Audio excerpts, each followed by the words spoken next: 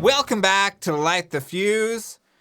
Today, Charles, I think we're getting in our time machine and we're going back to very nearly the beginning of this podcast, really.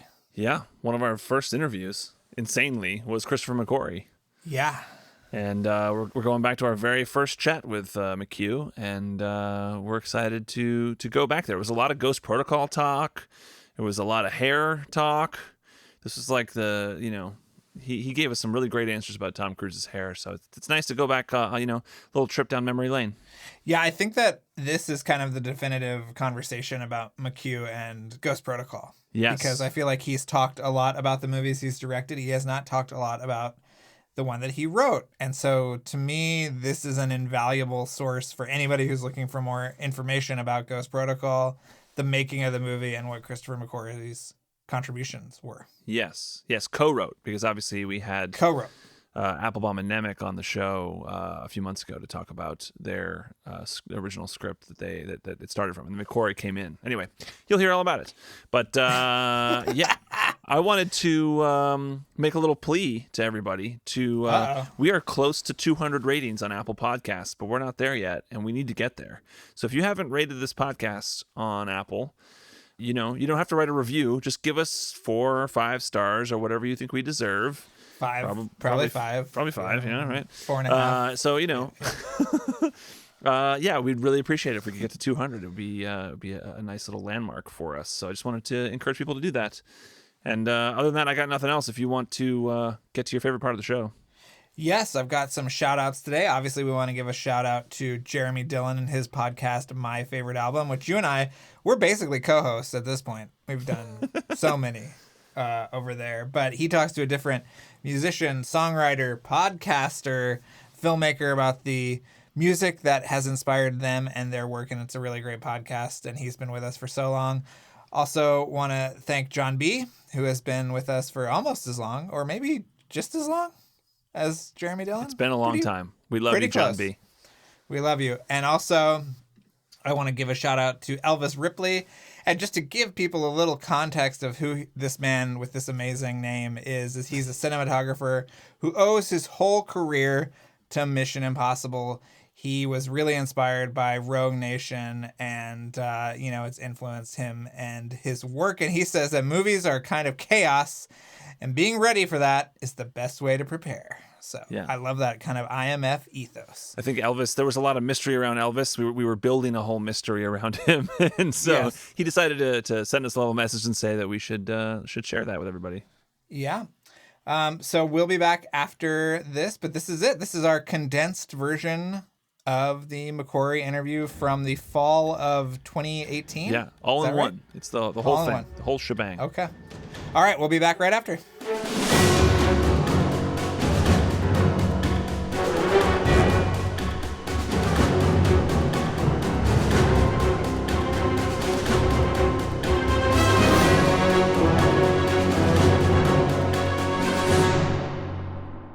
And today we have the great fortune of the one and the only Christopher McQuarrie. Thank you so much for being here. Thank you for having me. I cannot believe you are sitting here. Yeah, this is Well, surreal. Eddie Hamilton told me I had to come and meet you guys. So. I know, and Lauren got Eddie. So and it's Lauren. really, yes. It's a domino effect. So by the end of this recording, we're going to have Tom Cruise on the phone. He's going to come in next week. Using me to get to Tom. Yes. I knew it. All it is. I knew there was an agenda. Well, we I wanted to get Brad Bird, actually. We'll get him. He was on the set of Top Gun the other day. Oh, really? Yeah. He was. I had not seen him since the premiere of Ghost Protocol. So wow, we love really nice we love him. He's and we great. love Ghost Protocol. He's fantastic. Yeah, we wanted to start with Ghost Protocol actually because great. we are very interested in when you came in and what you were doing when you came in. Yeah, we've sort of heard vague stories about you coming in, and Cruise says in the commentary for Fallout that you came in and saved his bacon. We just love to know how does bacon get saved? Yeah, and what was it mid-production? What was the exact scenario? So I will tell you,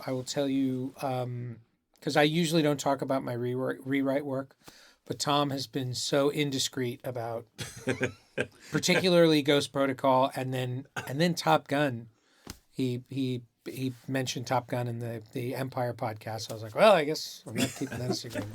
But my whole thing about the rewrite work that I do is so that the next movie I go to work on, they know I'm not really here to get credit or do it. I'm just here to fix the movie. So I usually remain very discreet about it.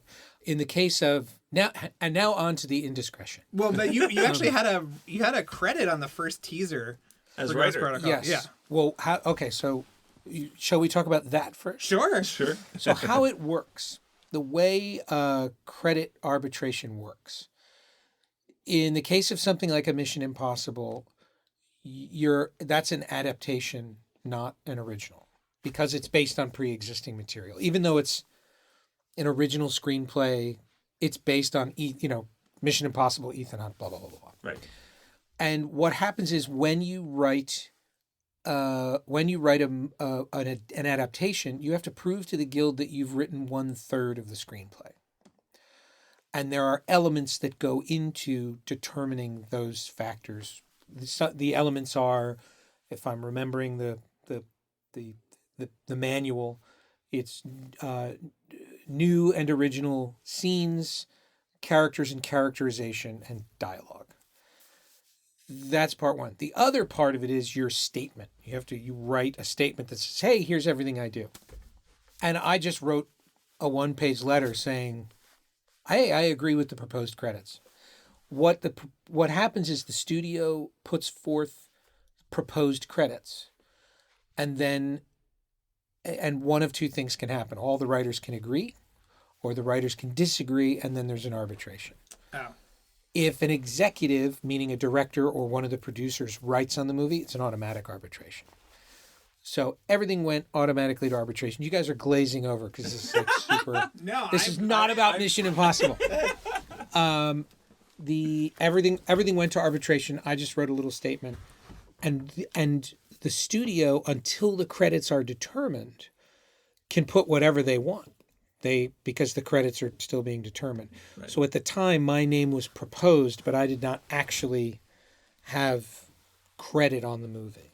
Right. And other than writing a letter that said, yeah, great, I didn't do anything to pursue credit on the movie. And over the years, I've learned more about the arbitration process, et cetera, et cetera. So what I did on the movie, when I came on board, Josh and Andre, the original writers, as I understood it, everything I'm telling you about them could be erroneous. You'd need them to answer that.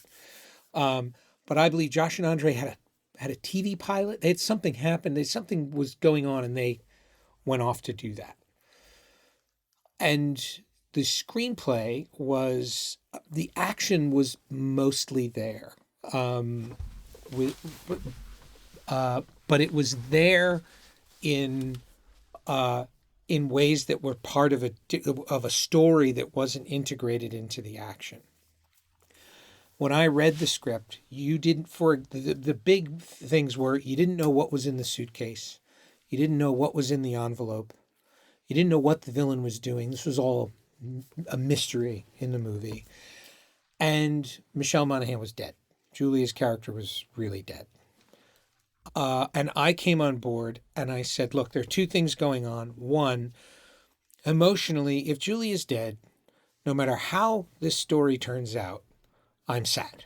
It's 100 means you're at 90. Because no matter how well Ethan wins, he's carrying this failure that they've alluded to throughout the movie. And you got to let the audience off the hook. Tonally, in Brad Bird's Mission Impossible, you got to let him off the hook. The other thing that was going on was Jeremy Renner had a different backstory. His character of Brandt, he was still the agent who was now an analyst, but the reason why he couldn't go back into the field is he had hesitated, and his hesitation had led to the death of 2 nameless agents, in this event they referred to as I think they referred to it as White River. Ironically enough, he ended up in Wind River a couple of years later.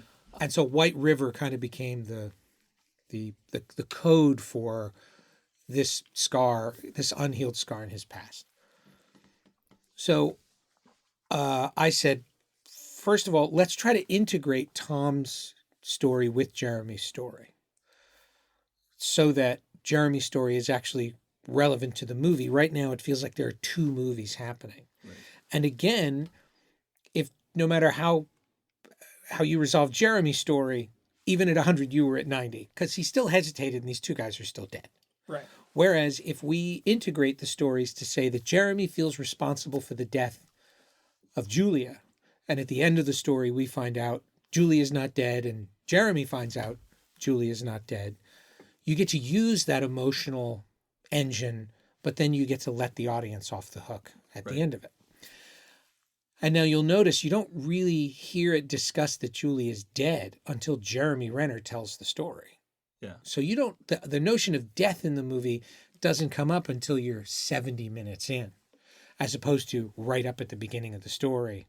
Every time I look at Ethan, I'm thinking that poor guy, his wife died. Right. Yeah. They're sort of alluded to early on. They kind of just say something happened, something it didn't work out. They don't say exactly what happened. Yeah, that could have been Correct. divorce. So you're kind of trying to figure it out as the movie. It's done very well, I think. And then and we did a reshoot when Tom goes to the phone to get the first mission that takes him to the Kremlin. Paula Patton and Simon Pegg are by the car, and he's telling the story about something went wrong. There was something about an unsanctioned hit, like why was Ethan in jail? Right. That's a reshoot, which we added later to start to build. What we did is we took the Julia story and made it a mystery, and we took all the other mystery stuff and let you know what it was. And that was my note to the studio, was take everything that's known and hide it, and take everything that's hidden and reveal it.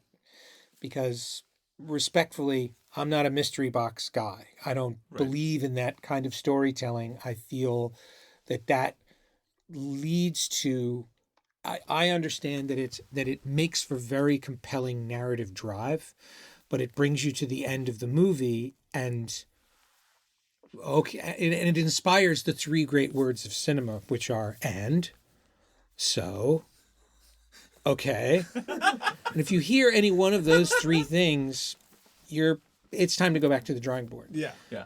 I believe that a mystery is only as good as its reveal. The whole reason I didn't make a meal out of Henry Cavill being the bad guy is because by the time I went, voila, you were going to go, and?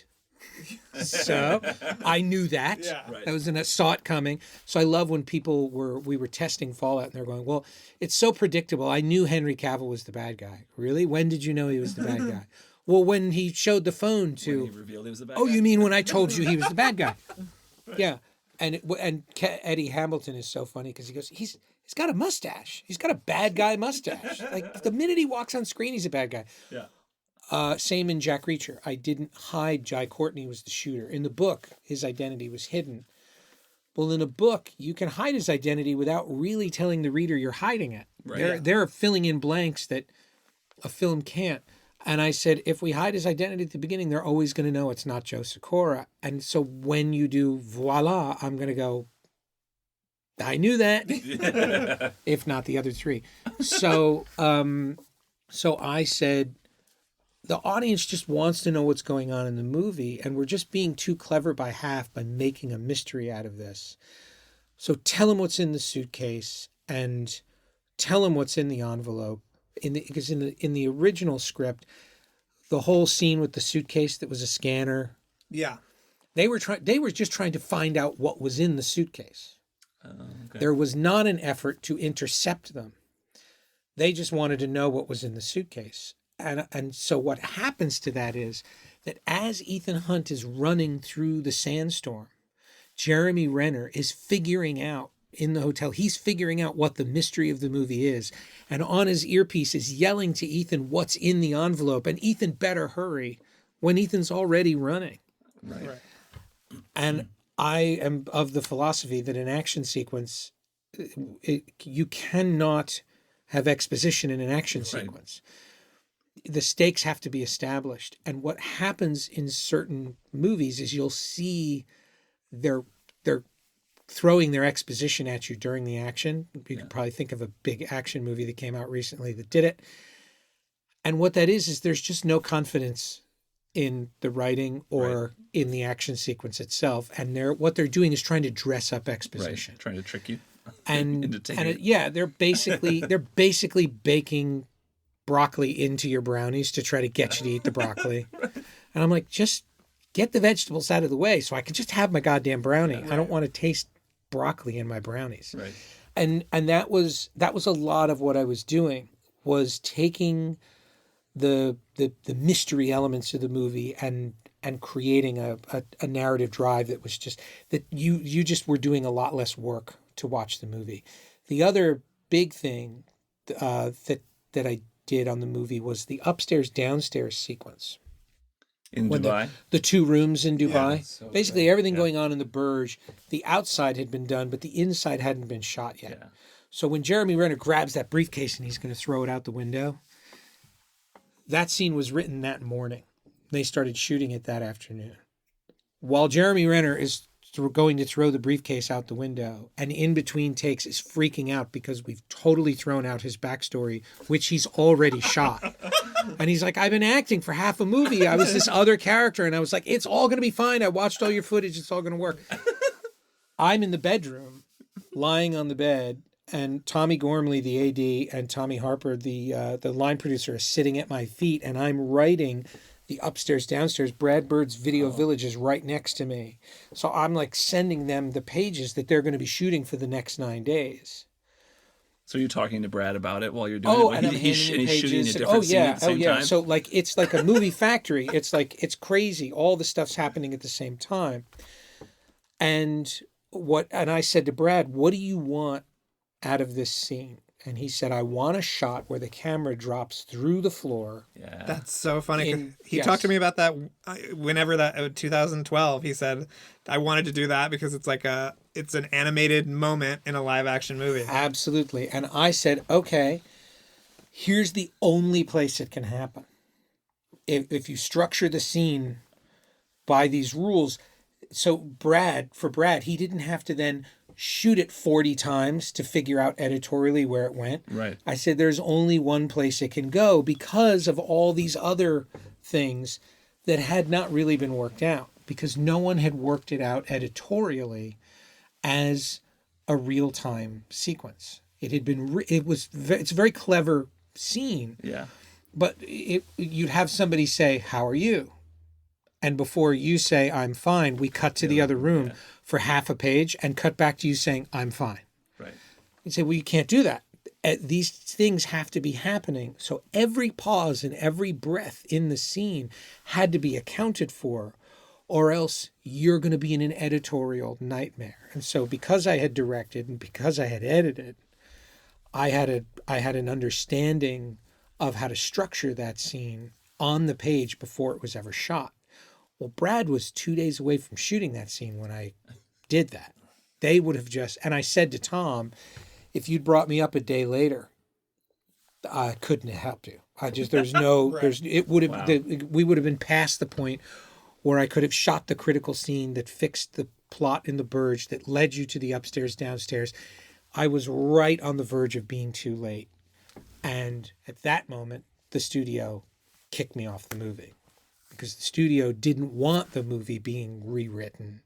They just wanted the movie shot. Yeah, but didn't Lindelof come in at some point too? Damon Lindelof came in because there was another ending to the screenplay that the studio wanted that no longer fit on the movie. It was more to their liking. But the script that I had written took the movie in a direction that didn't allow that. And it fixed all of those elements I was talking about. It fixed the fact that Julia was dead and that Renner had this whole other backstory, et cetera, et cetera, et cetera.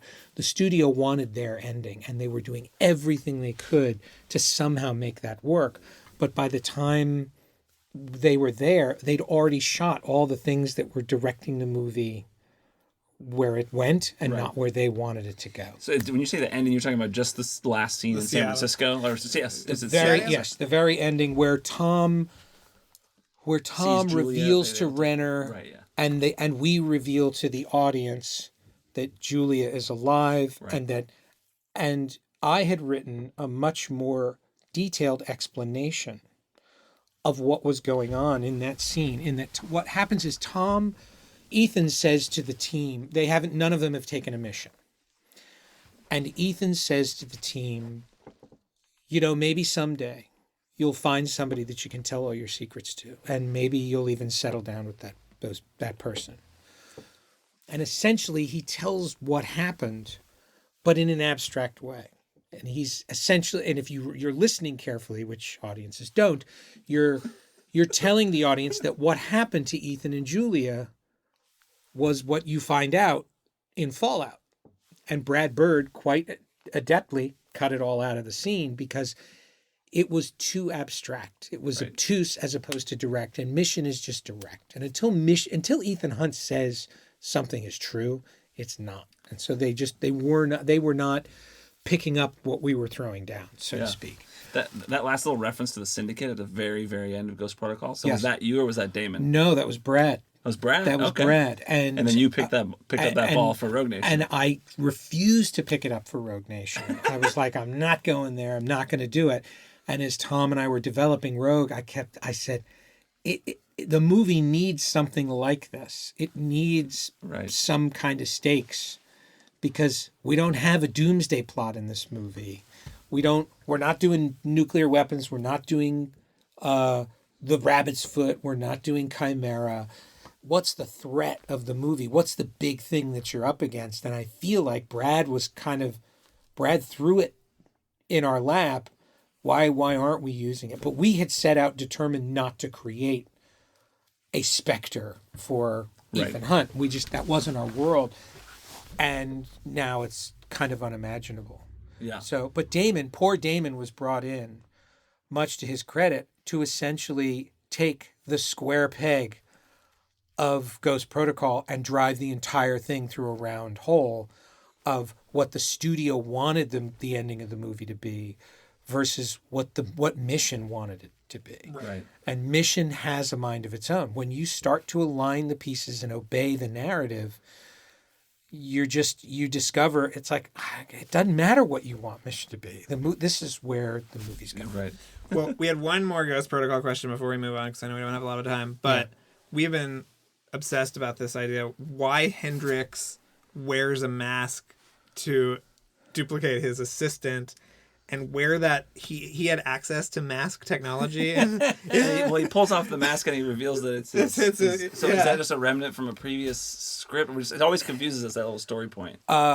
You and me both. We're asking the wrong person. Okay. Yeah, we'll it's before my time, and it had already been shot. Right. But you know what? It just goes to show you it didn't hurt the movie. No. And I've asked Bert about it before, and he's just kind of shrugged it off. So I've never gotten a concrete. It doesn't hurt the movie at all. It's just a question. We're just right. It's the expression "a hat on a hat." Drew Pearce used to love to use the expression "hat on a hat." It's a villain on a villain. Yeah. I understand it to be that Hendrix, the guy that they're after, knows full well that he is the asset. Right. And he knows, as long as people, I think he's outthought Ethan. He knows that Ethan is looking for him and is not going to touch anybody around him because he understands they're all assets to get to him. Right. And that would be my reverse engineering or retcon, I believe you call it. That's a great explanation. Yeah. All right. Well, we're done. Yeah. Thank you so much for coming. Thank you. Now, that scene on the train where he explains all of that. Yeah.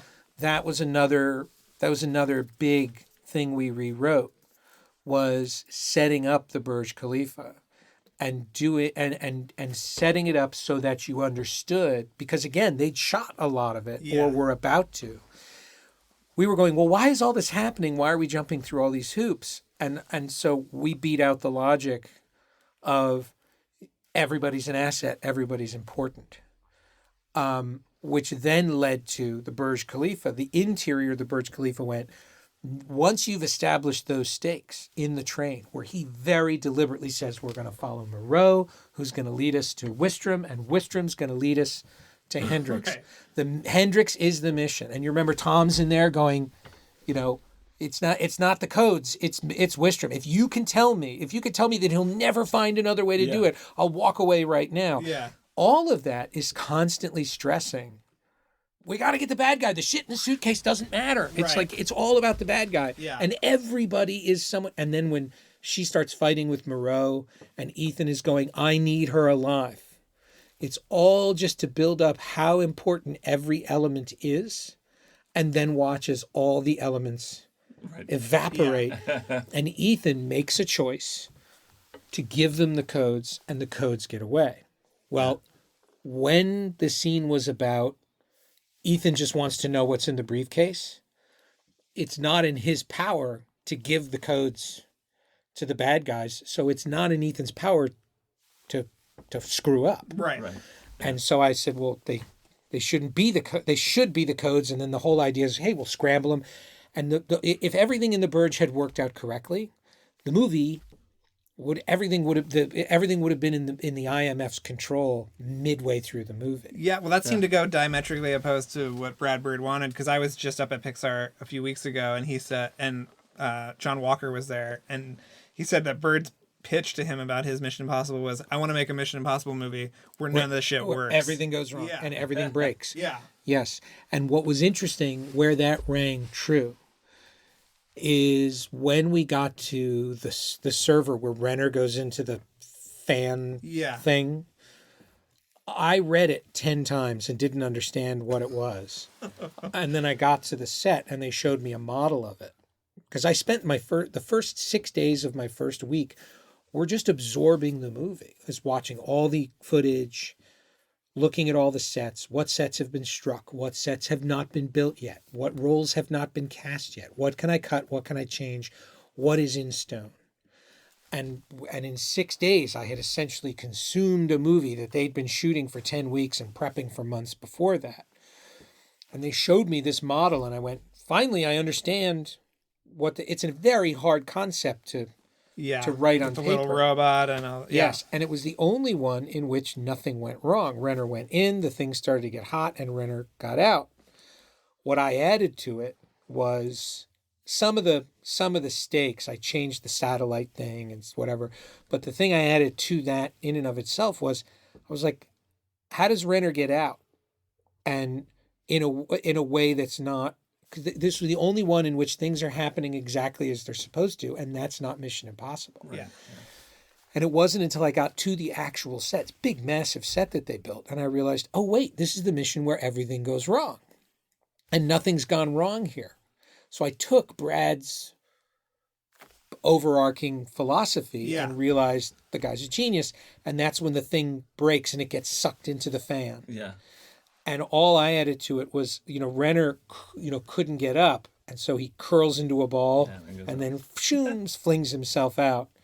And then the joke about next time I get to sleep with I get to seduce the rich guy. Yeah.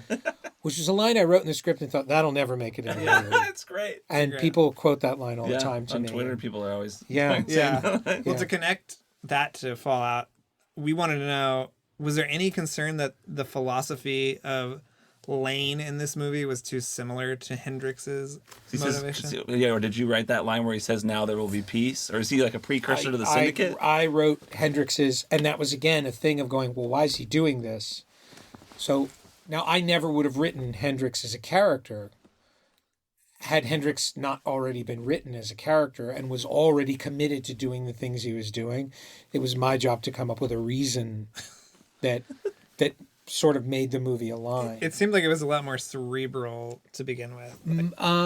We've seen that footage of him doing the lecture. Scene. Yeah. Oh, the lecture came later. Oh, okay. Because what the lecture was, that was all that scene in that train. Anytime you see a Mission Impossible and you see lots of exposition, it's always in a location where you could just park it and go back and reshoot it 40 times. Hendrix was originally, if I'm remembering correctly, and I could be wrong, you'd have to ask Josh and Andre.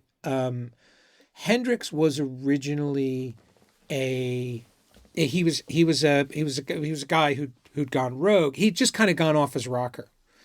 I don't want to oversimplify it, but imagine a disgruntled employee. He was a guy who was angry at the, and then I took that and went into this. To me, the notion was what happens after the end of the world. The speech he gives is, my whole life was about contemplating the end of the world until one day I asked myself, well, what happens after? And you look at Hiroshima and you look at Nagasaki, and also you look at Germany. The way cultures change, the way cultures really change, is through horrible, horrible destruction. And it's kind of a chilling thing to contemplate, as we're in a very politically weird time in which it feels as though we're so divided and so evenly divided down the middle. And one side is looking at the other side saying, the world would be better if you would just go away. That does not improve with an election. That doesn't just get better 4 years from now. Right. It feels like we're at a place in history where everything is sort of percolating towards some kind of conflagration. The only way the world really changes is either we have an enemy from without that unites us, or we end up in some, history will show you, we end up in some kind of really terrible conflagration. And so here was a guy going, let me just short circuit right to the conflagration. Right. Let me just get to it, because we're just dragging this out. And the art of that scene was writing the dialogue so that you got just what you needed to get out of his speech, but didn't lose. Ethan's talking to somebody on the phone, right? And they're all learning stuff on the train. A lot of stuff is being thrown at you, and you have to construct that stuff very specifically so that you get everything we want you to get and miss everything that you don't. Yeah. Yeah. So then you get to make your own Mission Impossible movie, Rogue Nation, and yes, you carry over the Syndicate, and you have the Black Dossier folder in the title sequence, which we love so much. Eddie reference to the old show. Oh yes. So I just want to know how much, how much do you watch the old show? I mean, we're watching all the old episodes, and we're big fans of it. And I tried. I started watching the show, and I was determined to consume every episode of the show. It's a lot. It's a lot, and the shows are. The Mission Impossible, the TV show, is a great lazy Sunday afternoon watch. It's not a bingeable show. No. It's a very different pace. The production values are extremely low budget. There's some laughable stuff. The one about the Muslims. Have you seen that one? I don't know if I've seen that. I've seen the first season, and then we're slowly getting through all the. You've got to see. There's one where they have to disguise themselves as Muslims. Oh, I've heard about this. Yeah. Oh my God! If you put that up there now, it's really something. And it isn't denigrating in any way. It's not villainizing the Muslims. Right, yeah. It's just so absurd and so.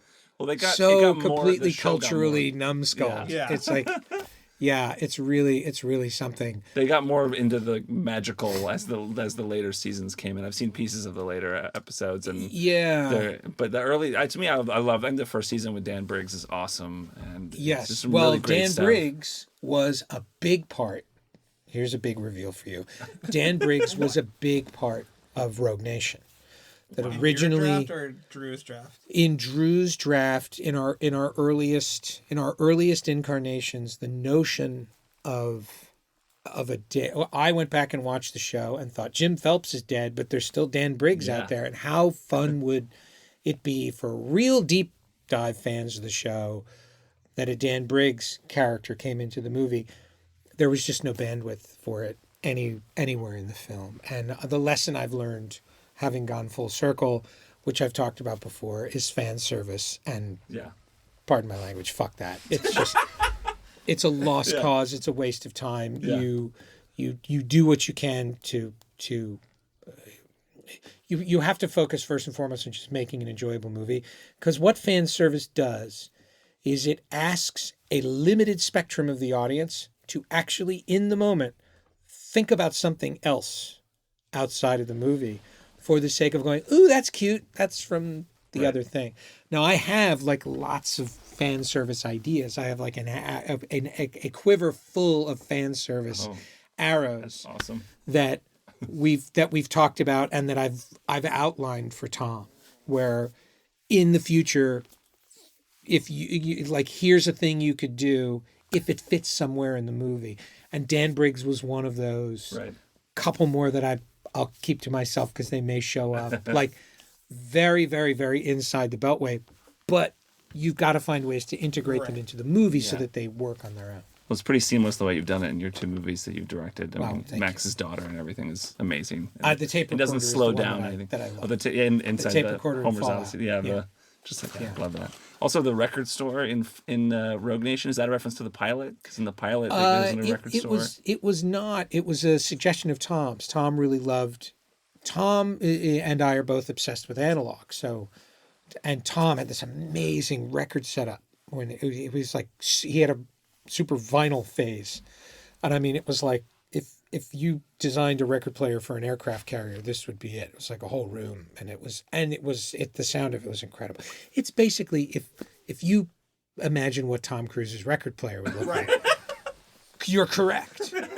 And so in the midst of all that, we came up with that idea of the record store, and then somebody pointed out later that was the first episode. Yeah. Well, then you have the mousetrap in Fallout. There's a whole you trick. Is it Delbrook? I think is his name. Yes. And there's a reference. I wondered, is this a reference to Operation Rogosh, which is one of the famous old episodes? Where he gets hit by a car. He gets hit by a car. That is absolutely correct. You're the first person to point All out. right, awesome. mark it down. You're missing but you are, however, missing the other Easter egg in that scene. Well, there's a reference to the first movie. Well, his name is Dr. Delbrook. What's that from? Why is that Is that his name is Niels Delbrook. Young His Frankenstein name was originally yes, correct. It was Dr. Delbrook. It was the brain he was supposed to steal for Frankenstein. That's right. It was Dr. Delbrook. Wow. His name in Young Frankenstein is Hans Delbrook, and I changed it to Niels at the last minute. One, because I thought Hans Delbrook's a little too on the nose. I thought somebody might pick. The last thing I wanted was to have one film nerd laugh out loud in the screening. Right. And my godson's name is Nils. So okay. No, I was not laughing. I was cheering for joy when that scene happened. Yeah, Cruz great. says go, and then Benji with the mask, and I mean it was just absolute pure we had joy. struggled mightily to have a mousetrap in Rogue Nation, and had all these ideas for how we were going to do it. And the hardest part of the mousetrap, especially in an opening of a movie, is you have to indicate when a guy wakes up in a room how he got there. And the minute he indicates how he got there, you're going to smell a rat. Right. And so we could never, and we had another higher concept idea for what the mousetrap would be. And we could never make it work. It was a case of just way overthinking what you needed to do in a scene like that. And I just knew more about Mission Impossible come Fallout. You had a writer's room before Rogue Nation, right? For very briefly, yes. Okay. Drew put together a writer's room. Can you say who else was in the room? Seth Graham-Smith. Oh wow. Drew Goddard. Oh wow. Interesting. I'm trying to remember who else. My problem is I'm mixing up 2 people, and I don't want to say the wrong one. Okay. It's been so long. But you didn't have that before Fallout? You didn't do that? No, did not. They wanted me to have one on Fallout, and I just said, no, I'm not going to do it. I also had writers come in during Rogue Nation and help out. There was actually there was an insistence that I bring in writers because we didn't have a finished script and everybody was panicking.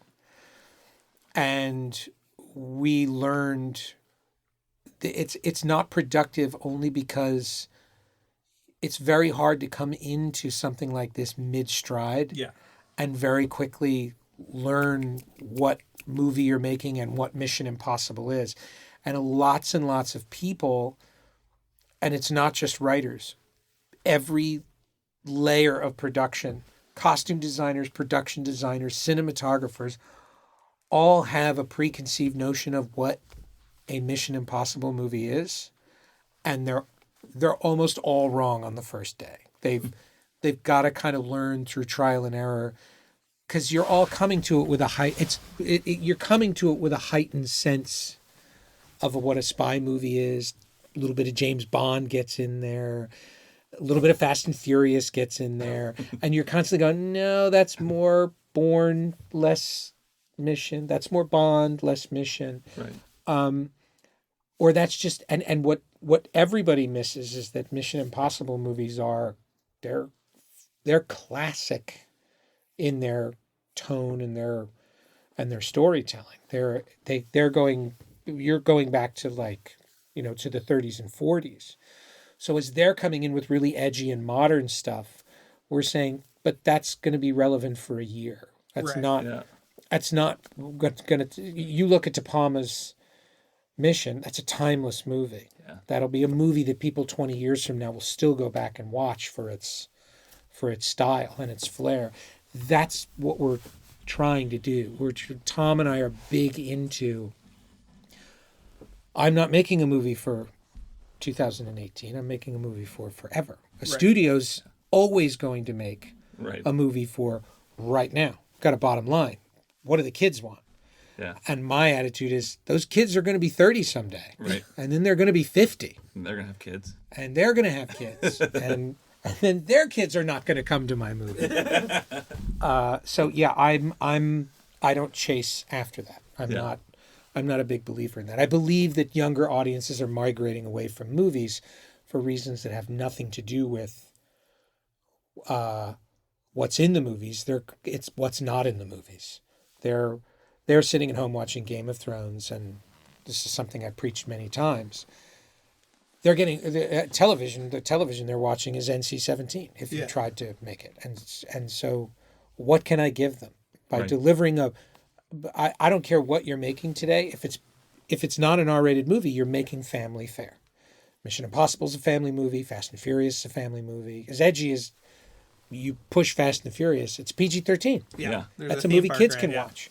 And you really and you got to make friends with that. You got to make friends that you're making a kids movie. Yeah. Well, speaking of the first movie, before you went into production on Fallout, you had kind of teased that there were going to be more sort of like deep bench characters coming back for Fallout. Yes. Can you talk about who that was and what happened there for Fallout? Yeah. Well, did you plan it for Rogue Nation as well? For Rogue Nation, I wanted to do the Best of series, and I wanted to bring Maggie Q back and Paula Patton back, and awesome. And all Every of those we were people. Like, why aren't they back? I know we want those two to come back really bad. Yeah, but they weren't available. Okay. It was simply a matter of Maggie Q was doing a series, I think. Oh, that's right. She was in Nikita. Yeah, and Paula Patton had, while we were still figuring out the script, we had an option on her, but she had another movie she was being offered. So I wasn't going to say, no, you can't do that movie, and then find out I got no place for Paula Patton in the movie, or I only need you for this many days. Yeah. So it's never a matter of not wanting those people back. And believe me, every day I hear on Twitter, why isn't Paula Patton back? Logistics is kind of the real reason. She's lovely. She's wonderful. I mean, love to have Paula Patton back. Ask your middle management question. Okay, yeah. We have a goofy theory about Ethan Hunt having a lot of middle management bosses. Because in the first movie, he's got Kittredge. In the second movie, he's got Mission Commander Swanbeck. The third movie, he's got Operations Manager Musgrave and Director Brossel. And then finally, you get to Mr. Secretary, who dies in Ghost Protocol. And then now the Secretary Hunley has now also died in Fallout. So just wanted to hear your thoughts on Ethan's boss situation. What's the future? Is Kittredge still there? Is Kittredge still kicking around? Can he come back? Kittredge is kicking around, and we talked about late in post-production about calling in Kittredge to do the mission briefing. Oh, that would have been cool. The Good Evening, Mr. Hunt. And the problem was I had been through a number of people reading the mission briefing, including Alec Baldwin. I had Alec Baldwin do it. And Alec did a very good job, but his voice is so Alec Baldwin that you were actually dozing off. It was like a bedtime story. Soothing. It wasn't. Yeah, he's just too, as Alec has put it, velvety. So my problem with the Kittredge thing was I didn't want to bring in Henry Czerny and then have Henry Czerny not be the right guy to deliver the story, and then not use Henry Czerny. But Kittredge didn't get fired at the end of that movie. Yeah. Right. So we've talked many times about where is Kittredge. And you talked about Musgrave too, where he is? Musgrave is Anthony Hopkins. Anthony Hopkins. No, Musgrave is. Oh wait, no, I'm sorry. Musgrave is Lawrence Fishburne. You're sorry. Fishburne. Swanbeck is Anthony Hopkins. I'm sorry. It's they're political appointments. Guys get shuffled in and shuffled out. Yeah, it They're just not seems the like field there's guys. a big strata in between Ethan Hunt. Yeah, and there are a lot of. They all have different titles. Well, the IMF is the studio. Right. Studio heads get shifted around all the time. We always look at it as the making of a Mission Impossible movie is very much like watching a Mission Impossible movie. Yeah. And we laugh all the time that, your job on a movie is the studio says, here's your mission, go do it. And then as you're doing it, the studio goes, are you insane? You can't do that. They've gone rogue. And you, of course, go rogue and you violate a lot of the laws that you've agreed to with the studio, and then the studio is constantly looking at you like you've gone off the rails and you're going to destroy the world, and then when it's over, everybody's like, hey, mission accomplished, let's do another one. So it's kind of that story. It's kind of that experience. Where are you right now? I know there's 7 stages of guilt, of mourning and everything, but you seem to have the kind of different stages of you not wanting to do another Mission Impossible movie, but then we hear you say what's her name? Angela Bassett is not the mission director now, and it's like, well, why are you thinking about that if you're not coming back? Oh, because we talked about it. We talked about it throughout the movie, okay. and what I would do. And Tom is always talking, and I'm on the set of Top Gun, so Tom's like, "Here's the next thing," and so I came up with an entire idea for what I wanted to do with Angela's character. There was way too much White Widow, way too much Angela Bassett, Erica Sloane in the movie that you were constantly pulling back because you don't know which character at the start of the movie is going to dominate or support. Solomon Lane was really going to be Rogue Nation, but it really became Ilsa and Ethan and their kind of story. And Lane became an engine that drove that story. On the very last night that Sean Harris was shooting Rogue Nation, we came up with the idea of breaking him out for Fallout. Well, I hadn't committed to Fallout at that point. I was just like, hey, here's this idea. And Tom and I just nerd out and talk story. We don't really make a plan for who's going to do what. Right. And I'm not precious about ideas. If you can come up with an idea, you can come up with another one. So I don't hold on to them and protect them. I've always been just whatever, take it. Yeah. So I outlined a whole notion of the John Lark story that fell out of the movie, the White Widow that fell out of the movie, and the Erica Sloane that fell out of the movie, all of which, by being distilled into Fallout is now a layup for any number of potential relationships. So my movie, the way Brad left the Syndicate as a tendril for someone to pick up, I've now left a multitude of tendrils to pick up for that you else. Will just pick up when you direct the next one. We're just going to assume you are. I know you're not going to say anything. It could be your little Dark Knight trilogy. You'll know as soon as I do. It must be a daunting thing to be staring at that from 100 yards away, knowing that you've been through it twice before. No, it was really daunting. It was a terrifying idea going from 5 to 6, because going from having been on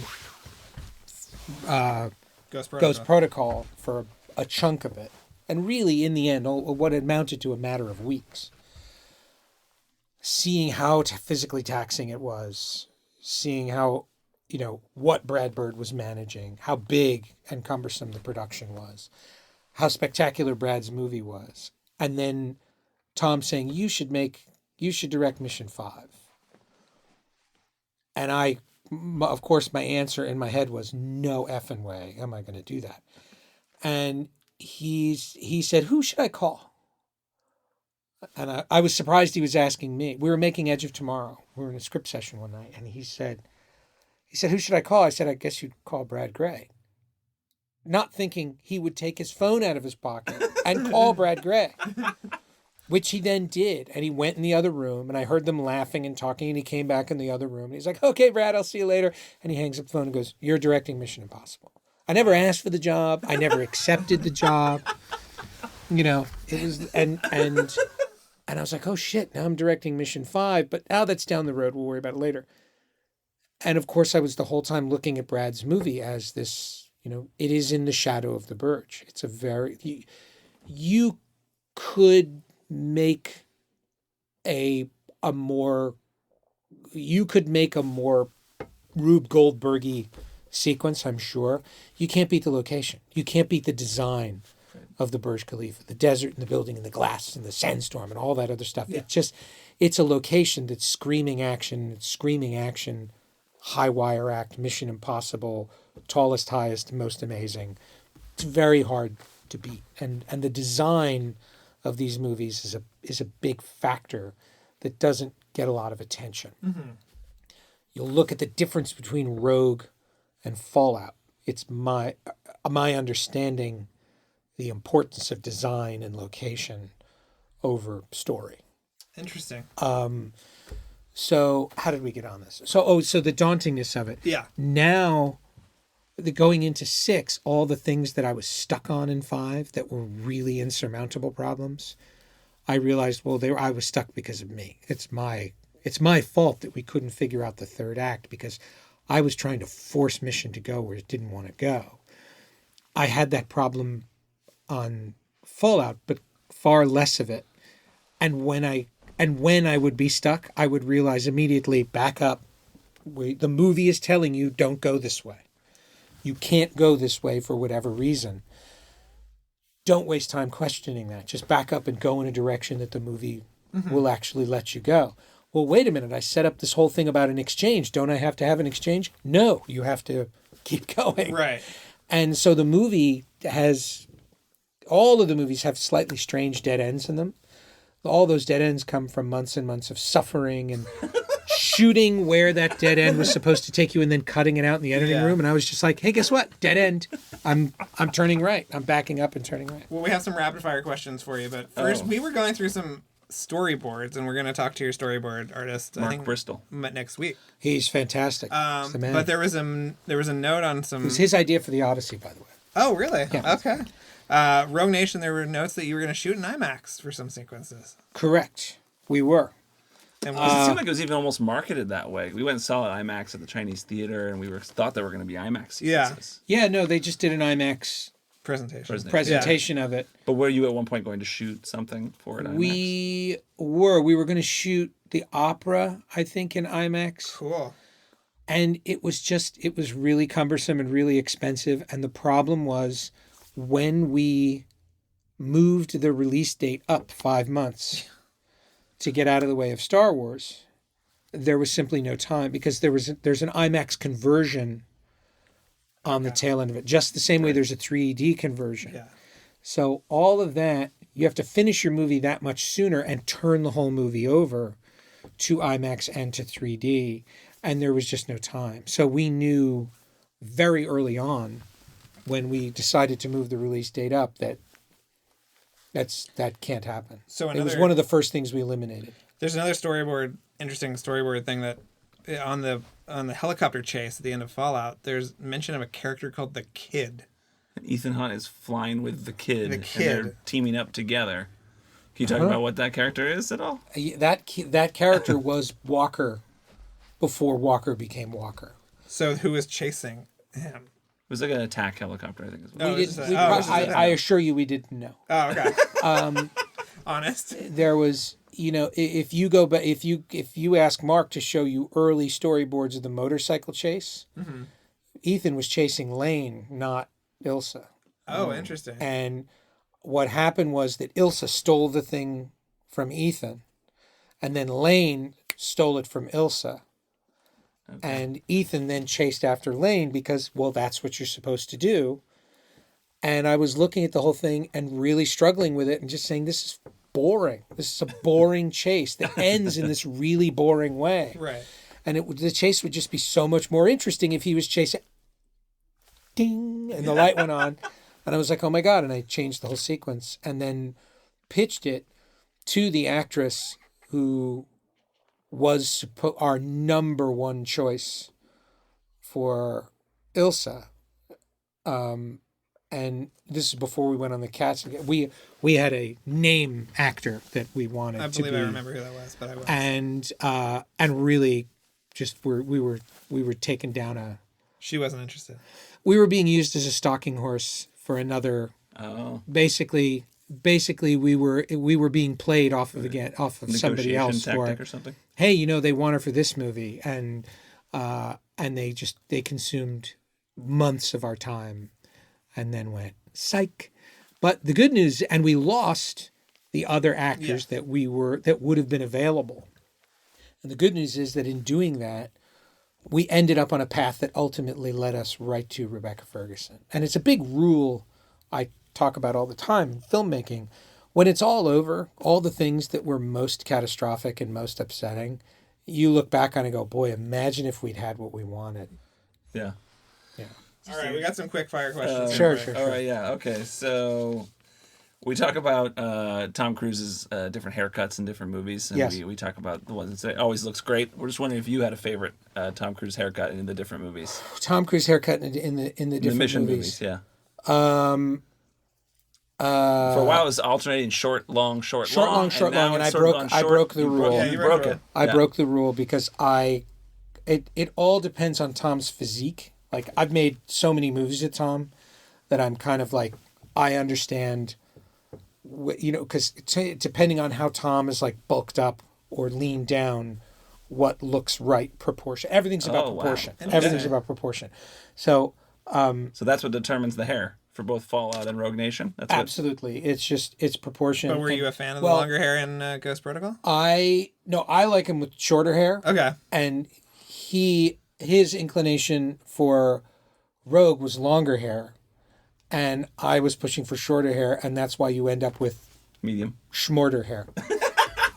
Whatever that length you would call medium, yes. But then I convinced him to go shorter on that, and then he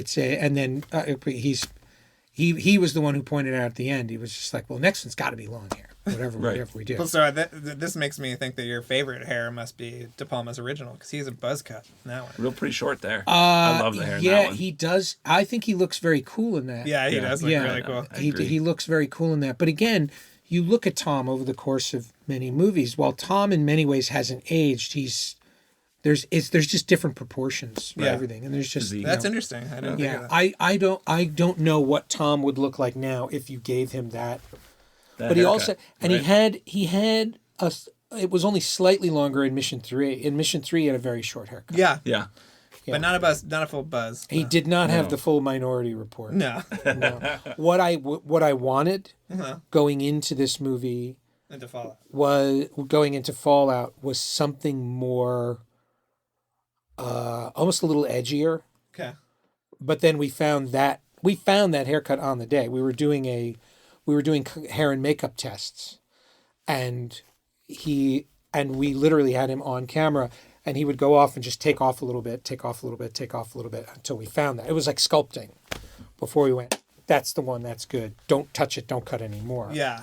And that's the scary thing. It's like when you hear about the guys who cut diamonds and towards the end they spend weeks deciding about one cut or another. I was like, the hair looks good. I'm sure it can look better, but I don't want to know. I love that. I don't want to know. Don't screw with it. There are BMWs throughout the series yes. So do you have a favorite BMW? Oh God, the M5 in Fallout is my the 86 M5. Oh yeah, the 86 M5. We talk a lot about my relationship with my father in this podcast because I'm always just trying to get his attention and he's not around. But he had an 86 BMW 535 that looks almost exactly the same, and I destroyed it in high school. I ruined it. So also my favorite BMW in the series. Good for you. Oh, I'm sorry to bring back that memory. No, it's awesome. Yeah. He was fine.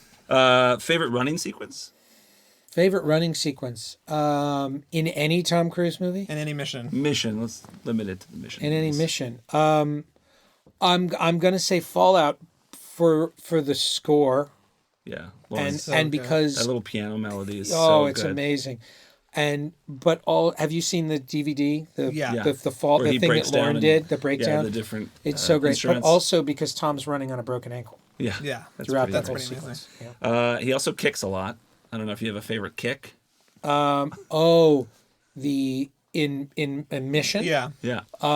The fight scene in Ghost Protocol where he's beating him and Renner they're beating the shit out of those guys in the and he kicks the glass table into the guy. Oh yeah. That's a pretty violent fight. It's a Yeah. really good one. I like the lunge kicks you have in Rogue Nation to get himself out when he's tied up at the beginning. Oh, yeah. Oh God. Okay. So he kind of has to do some kicks to get out there. Yes.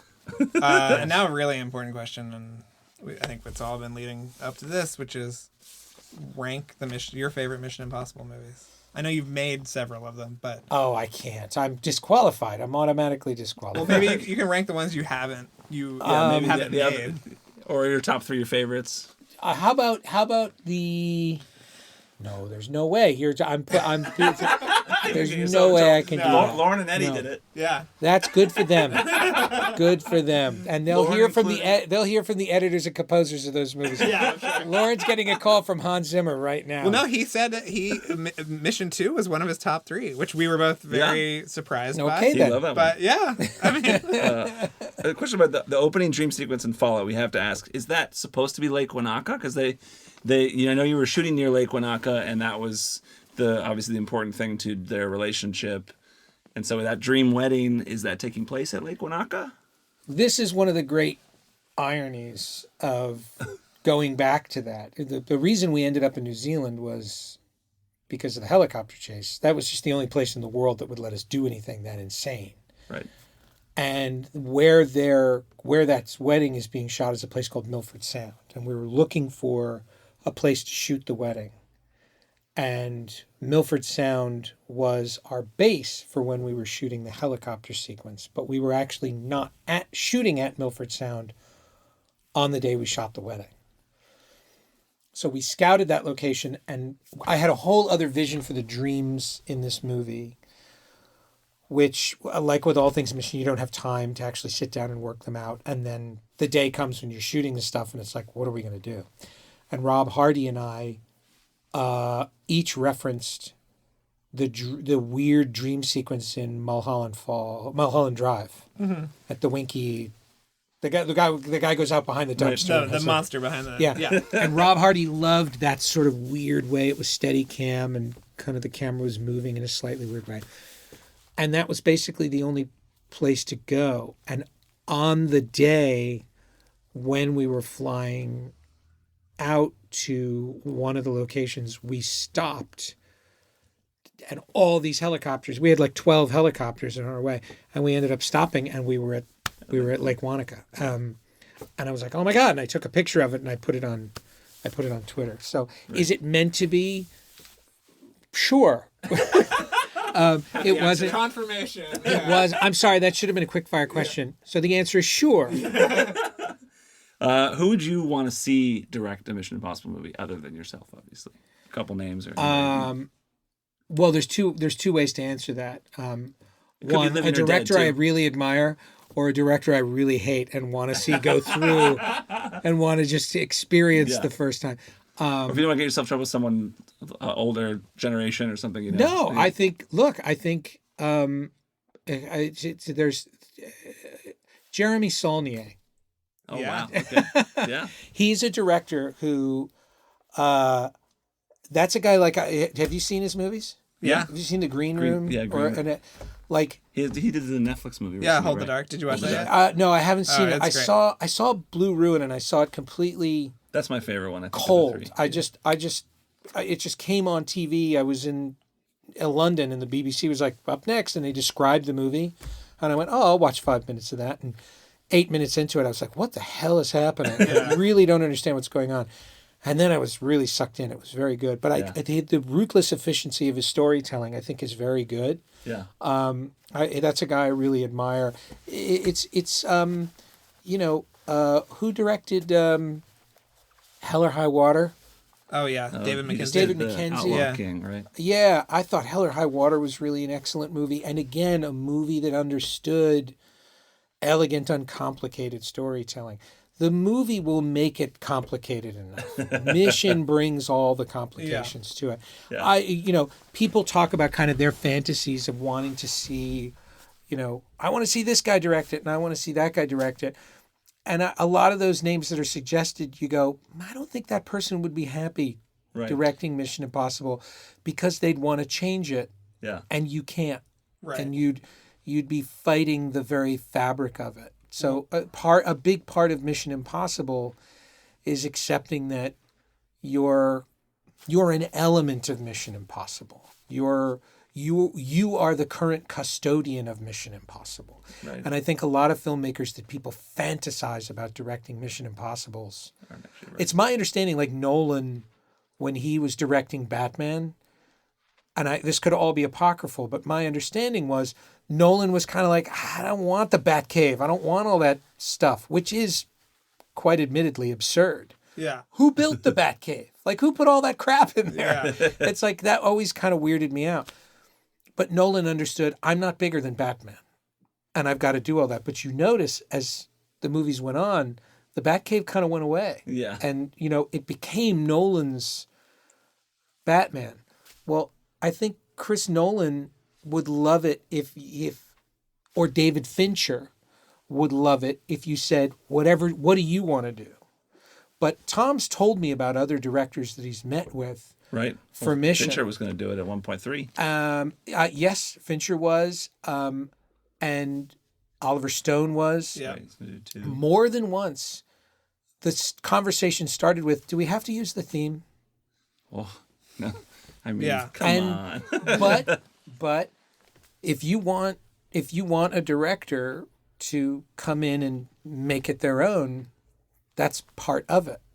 And composers too. Composers don't like using the theme song. I've been very fortunate, and the guys that I've worked with were like, I love that theme, give it to me. So it's really the challenge of a Mission Impossible is, are you ready to give yourself over to Mission? And that's the only way to make Mission your own is to kind of, Give over to it. Mission is the mask that you put on. Right. Right. I mean, have you, as the current custodian, have you looked at any of those other? I mean, has Tom ever said you want to see what Fincher was going to do or anything like that? No, we never talked about that stuff. I know, I know a handful of directors that he's met with, and I've heard little snippets of what they wanted to do, but they didn't want to make Mission. They wanted to make Mission theirs. Right. Yeah.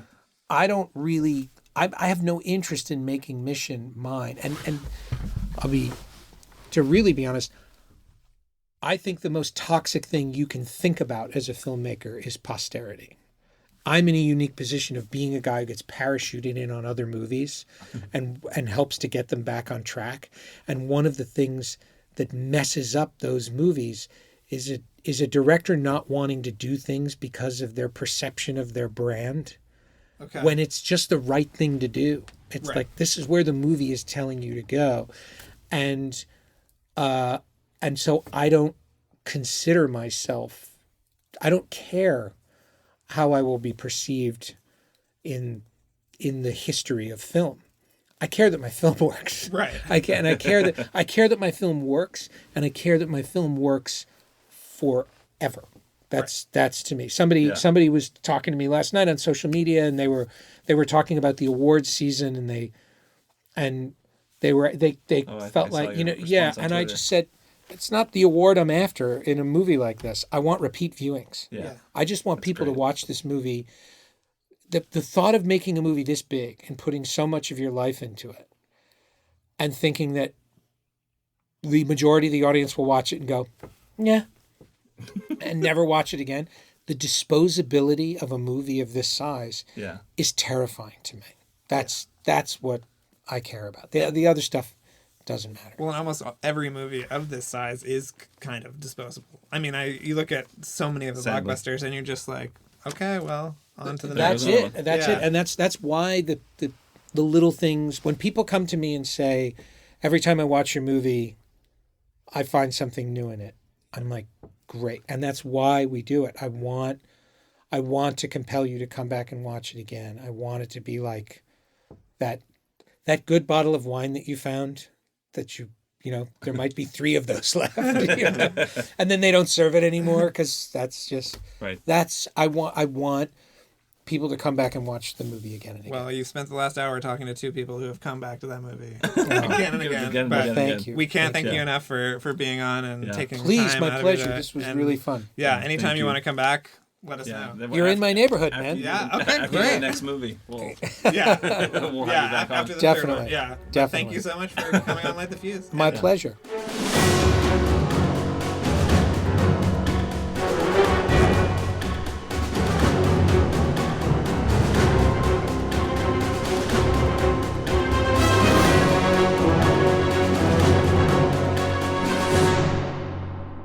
I mean, what do you say?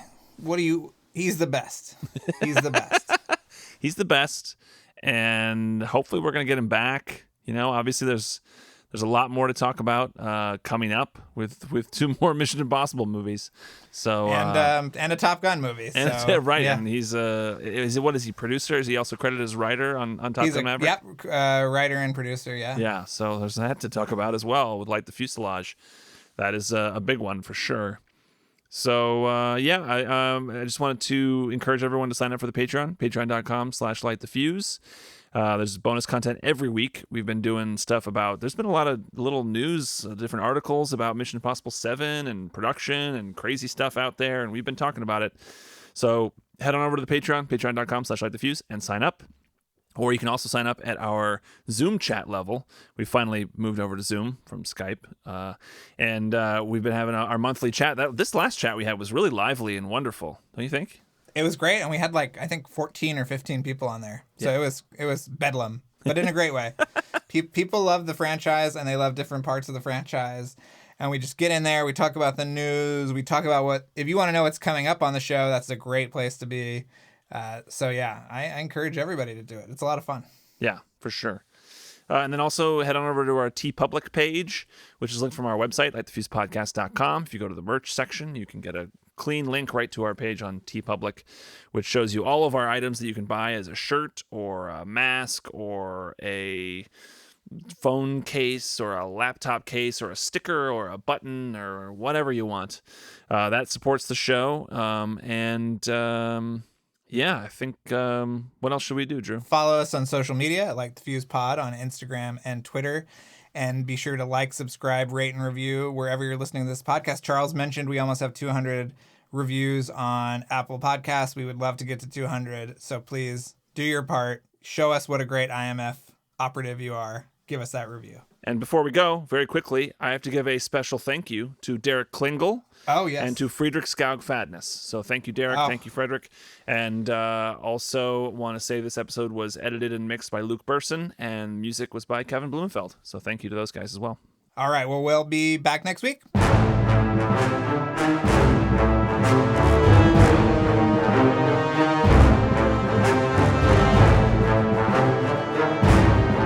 Thanks again for listening, everyone. And before we go, another mission, should you choose to accept it, please rate, review, and subscribe wherever you listen to podcasts. And remember that you can follow us on Twitter and Instagram at LightTheFusePod, and email us questions or comments at lightthefusepodcast@gmail.com. This message will self-destruct in 5 seconds.